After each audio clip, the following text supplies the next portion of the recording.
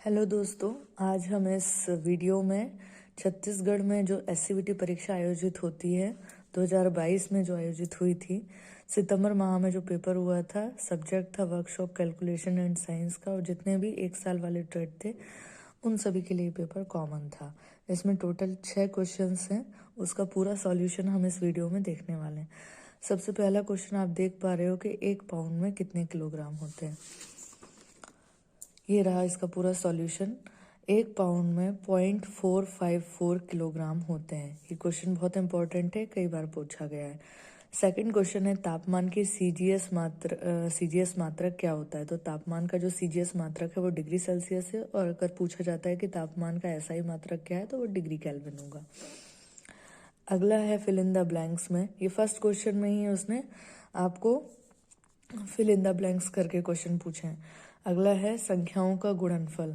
तो जो संख्याएं हैं उनका गुणनफल उन्हीं संख्याओं का लघुत्तम समापवर्तक और महत्तम समापवर्तक के गुणनफल के बराबर होता है।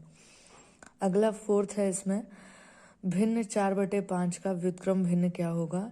इसी भिन्न को बदल देंगे तो इसका रेसिप्रोकल या व्युत्क्रम भिन्न आ जाएगा। तो अंश की जगह हर लिख दीजिए, हर की जगह अंश लिख दीजिए, 5/4 हो जाएगा। अगला क्वेश्चन दिया हुआ है 15,625 का वर्गमूल ज्ञात कीजिए। ये मैंने गुणनखंड विधि से निकाला है, आप चाहे तो किसी भी विधि से निकाल सकते हैं। दूसरी भाग विधि वर्गमूल निकालने के लिए। तो हमने सबसे पहले 15,625 को 5 से भागित किया तो 3,125, फिर उसमें 5 से भाग दिया तो 625, फिर उसमें 5 से भाग दिया तो 125, फिर 125 में 5 से भाग दिया तो 25, फिर 25 में 5 से भाग दिया तो 5, और 5 में 5 से भाग दिया तो 1। इस तरीके से हमको 6 बार जो है 5 से भाग देना पड़ा, तब जाकर के हम इसको पूरी तरह विभाजित कर पाए। और जब हमने इसका वर्गमूल गुणनखंड विधि से जो है वर्गमूल निकाला तो यहाँ पर 5 के 3 जोड़े बढ़ रहे हैं, इसलिए 5 जो है वर्गमूल से बाहर आ जाएगा और उसका आंसर होगा 5 गुणा 5 गुणा 5 बराबर 125। ए अनुपात बी का वर्गानुपात पूछा गया है। तो वर्गानुपात निकालने के लिए जो आपको भिन्न अनुपात में संख्या दी गई है उसका उसी में एक बार और गुणा कर दीजिए। तो मैंने अंश का अंश में एक बार गुणा कर दिया, अनुपात हर का हर में गुणा कर दिया, तो ये हमारा वर्गानुपात A² अनुपात B² आ गया। 3/4 का प्रतिशत में मान निकालो। जब भी किसी संख्या भिन्न का प्रतिशत में मान निकालने के लिए पूछा जाता है तो आप उस भिन्न में 100 से मल्टीप्लाई कर दें और साथ में प्रतिशत का निशान लगा दें, तो वो भिन्न किस में बदल जाएगा, प्रतिशत में। 3/4 गुणा 100%, तो कितना हो जाएगा, 75%। अगला है 3/4 को 100 से करेंगे तो 4×25 से 25×3=75, इस तरीके से 3/4 प्रतिशत में बदल जाएगा। अगला क्वेश्चन है रेलवे लाइन किससे बनी होती है। तो रेलवे लाइन मैग्नीज स्टील से बनी रहती है, जिसमें 12% मैग्नीज रहता है और 0.8% कार्बन होता है।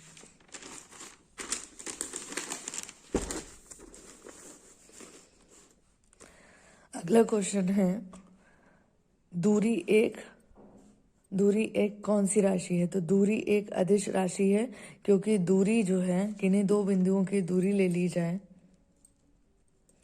तो उसका मान दिशा पर निर्भर नहीं करता, उसका मान सिर्फ परिमाण पर निर्भर करता है, इसलिए दूरी एक अदिश राशि है। अगला फर्स्ट क्वेश्चन में 10th पॉइंट है, किया गया कार्य बराबर क्या होगा, बल गुणा विस्थापन। ठीक है, तो इस तरीके से, और बल भी, कार्य भी क्या है, अदिश है। भले ही बल और विस्थापन सदिश है लेकिन कार्य जो है अदिश राशि है। सेकंड क्वेश्चन में आ जाते हैं, भिन्न 1/2, 2/3, 3/4 और 4/5 को आरोही क्रम मतलब बढ़ते हुए क्रम में लिखना है।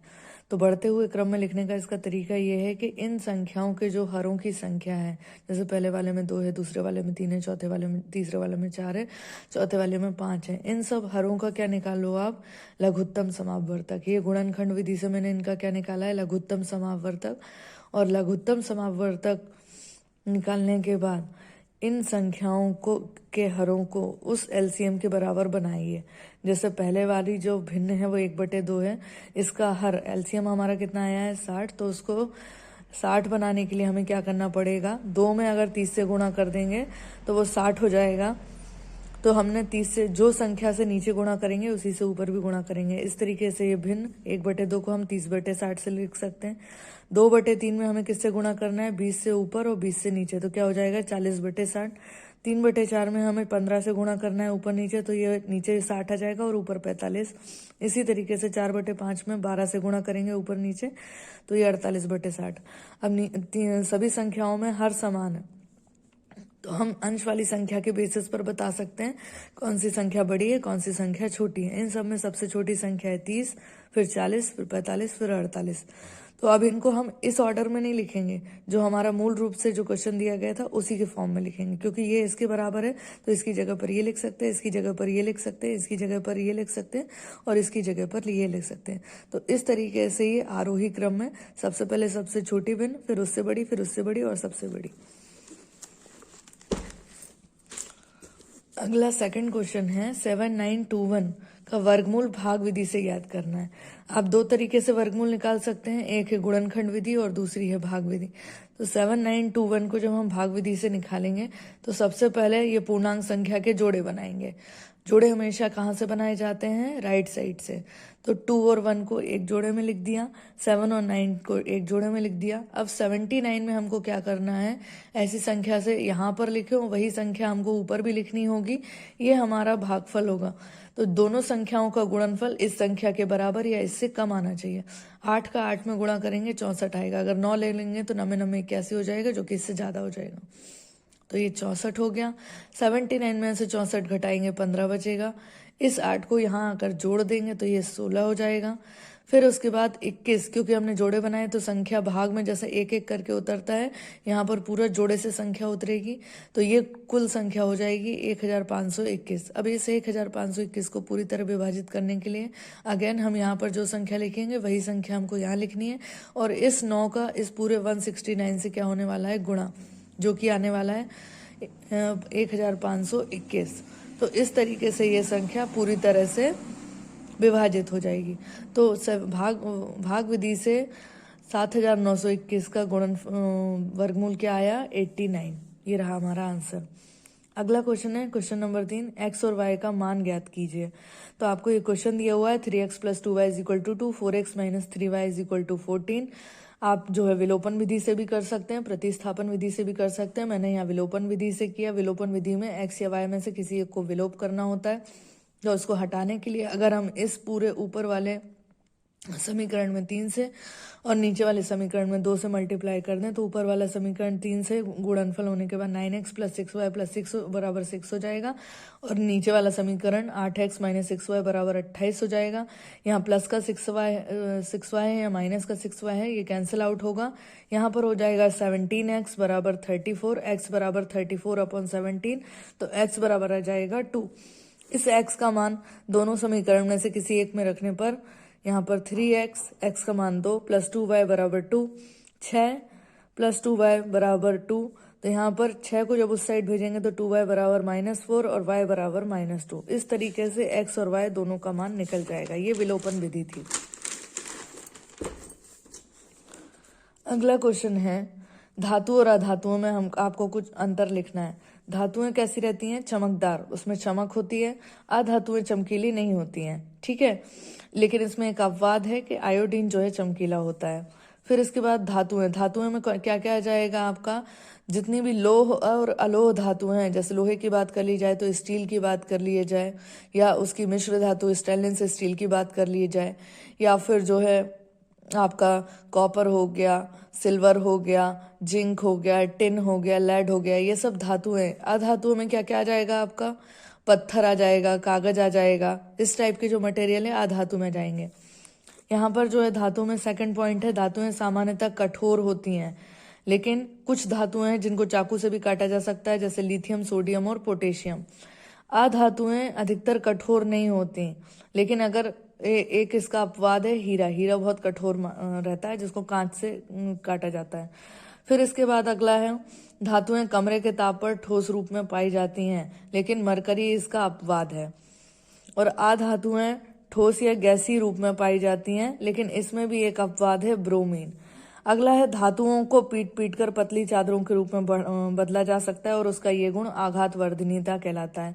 लेकिन अधातुओं में आघातवर्धनीयता नहीं होती है। तो इस तरीके से हमने 4 पॉइंट धातु और अधातु में अंतर लिख दिया। अगला है आपका क्वेश्चन नंबर 4, पीतल रांगा में 25% तांबा है और 15% जस्ता मिला हुआ है। 500 किलोग्राम पीतल रांगा तैयार करने के लिए कितने किलोग्राम तांबा और जस्ते की आवश्यकता होगी। पीतल रांगा में तांबे की मात्रा जब हम निकालेंगे तो कुल मात्रा में जितना तांबे का प्रतिशत है उससे गुणा कर देंगे। कुल मात्रा 500 किलोग्राम है, कुल मात्रा ये 500 किलोग्राम दी गई है, इसमें हमने तांबे के प्रतिशत से मल्टीप्लाई कर दिया। 25% था तो बटे परसेंट को जब हटाते तो बटे में 100 आ जाएगा और इस तरीके से 125 किलोग्राम इसमें क्या पाया जाएगा, तांबा पाया जाएगा। पीतल रांगा में जस्ते की मात्रा निकालने के लिए हम जिस भी पदार्थ की मात्रा निकालनी है हमको, तो उसका अगर प्रतिशत मान पता है कुल मात्रा में प्रतिशत मान से गुणा कर देंगे तो हमारे पास उस पदार्थ की मात्रा निकल जाएगी। तो कुल मात्रा गुणा जस्ते का प्रतिशत, कुल मात्रा है 500 और जस्ते का प्रतिशत है 15%, तो ये हो जाएगा 500 गुणा 15 बटे 100, 75 किलोग्राम। अगला क्वेश्चन दिया हुआ है कि एक 30 मीटर लंबी सीढ़ी 15 मीटर ऊंची दीवार के सहारे इस तरह खड़ी है कि उसका ऊपरी सिरा दीवार के सहारे दीवार के शीर्ष को स्पर्श कर रहा है और सीढ़ी भूमि के तल से कितने डिग्री का कोण बना रही है। ये है दीवार और ये है सीढ़ी। सीढ़ी की लंबाई है 30 मीटर और ये दीवार की लंबाई है 15 मीटर और यहाँ पर ये सीढ़ी जो है एक झुकाव बना रही है। ये जो कोण है उसका मान हमको ज्ञात करना है। तो यहाँ है समकोण त्रिभुज में हमको लंब पता है और कर्ण पता है, तो हम साइन थीटा लगा देंगे। समकोण त्रिभुज में साइन थीटा बराबर लंब बटे कर्ण, तो लंब हो जाएगा 15 और कर्ण हो जाएगा 30। 15 बटे 30 बराबर 1/2। जब हम थीटा बराबर निकालेंगे तो ये साइन इधर आ जाएगा, इसलिए इसकी घात -1 हो जाएगी बराबर 1/2। तो ये जो है 1/2 साइन 30 का मान होता है, इसलिए थीटा बराबर क्या आ जाएगा, 30 डिग्री। अगला क्वेश्चन है 5वां में ऊष्मा और तापमान में 5 अंतर लिखना है। तो ऊष्मा क्या है, ऊर्जा का ही एक रूप है और तापमान क्या है, किसी वस्तु के गर्म व ठंडी होने की तीव्रता है। ऊष्मा को कैलोरीमीटर से मापा जाता है जबकि तापमान को थर्मामीटर से। ऊष्मा एक कारण है कि जब कोई पदार्थ के अणुओं की गतिज ऊर्जा बढ़ जाती है तो वहां पर जो है उसमें से ऊष्मा निकलने लगती है, तो एक कारण है। और ये तापमान क्या है, एक प्रभाव है। तापमान के अंतर के कारण ऊष्मा का स्थानांतरण होता है, इसलिए ये एक प्रभाव है। यहाँ पर बात करें, ऊष्मा एक व्युत्पन्न राशि है। यहाँ ऊ की मात्रा लगनी रह गई है। ऊष्मा एक व्युत्पन्न राशि है जबकि ये मूल राशि है, मूल मात्रक है। SI प्रणाली में इसका मात्रक भी दिया हुआ था केल्विन, और व्युत्पन्न मतलब दूसरी राशियों की सहायता से इसका मात्रक निकाला जाता है। अगला है ऊष्मा को जूल में मापा जाता है, तापमान को जबकि केल्विन में मापा जाता है या डिग्री सेल्सियस में मापा जाता है। ऊष्मा का मान पदार्थ की मात्रा पर निर्भर करता है, यहाँ पर नहीं कटेगा ये पदार्थ की क्यू, क्योंकि इसका जो फॉर्मूला होता है, सूत्र होता है Q बराबर ms डेल्टी। तो m यहाँ पर द्रव्यमान है, मतलब पदार्थ की मात्रा द्रव्यमान पर इसका मान निर्भर करेगा। और अगर उसको समझना है तो कणों की जो कुल, जिस पदार्थ को ऊष्मा दी जा रही है उसके कणों की कुल गतिज ऊर्जा से ये संबंधित है। जबकि तापमान की बात की जाए तो ये पदार्थ की मात्रा पर इसका मान निर्भर नहीं करता है और यहाँ पर कणों की average energy, average kinetic energy से ये संबंधित होता है, ना कि कुल एनर्जी से।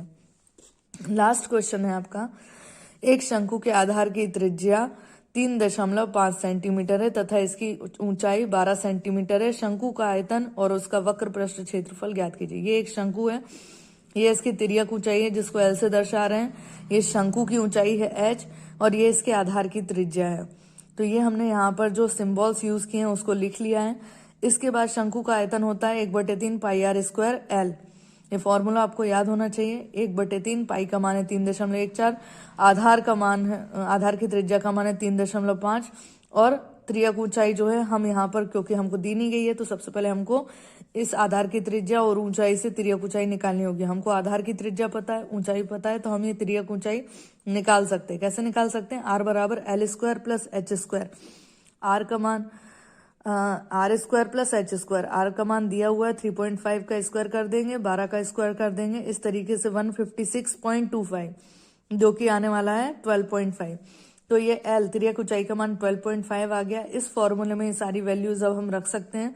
उसको पूरा सॉल्व करने पर मान आ गया है 160.27 और इसकी इकाई क्या होगी, घन सेंटीमीटर, क्योंकि सभी सेंटीमीटर में दिया था इसलिए इसकी इकाई हो गई है घन सेंटीमीटर।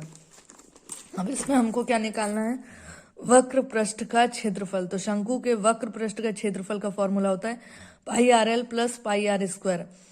पाई आर का मान है 3.5, एल का मान है 12.5, फिर इसके बाद प्लस पाई, फिर आर का मान है 3.5 का स्क्वायर। इस पूरे को जब हम सॉल्व करेंगे तो फाइनली वक्र पृष्ठ का क्षेत्रफल आने वाला है 175.92 और इसकी इकाई क्या हो जाएगी, सेंटीमीटर स्क्वायर या फिर वर्ग सेंटीमीटर। तो इस तरीके से हमने इस पेपर के सभी क्वेश्चन को सॉल्व कर लिया। आई होप वीडियो आपको पसंद आया होगा। अगर इसमें आपको कोई भी दिक्कत आती है या किसी भी चीज के सॉल्यूशन को आपको दोबारा समझना है तो आप कमेंट बॉक्स में लिख सकते हैं। Thank you so much.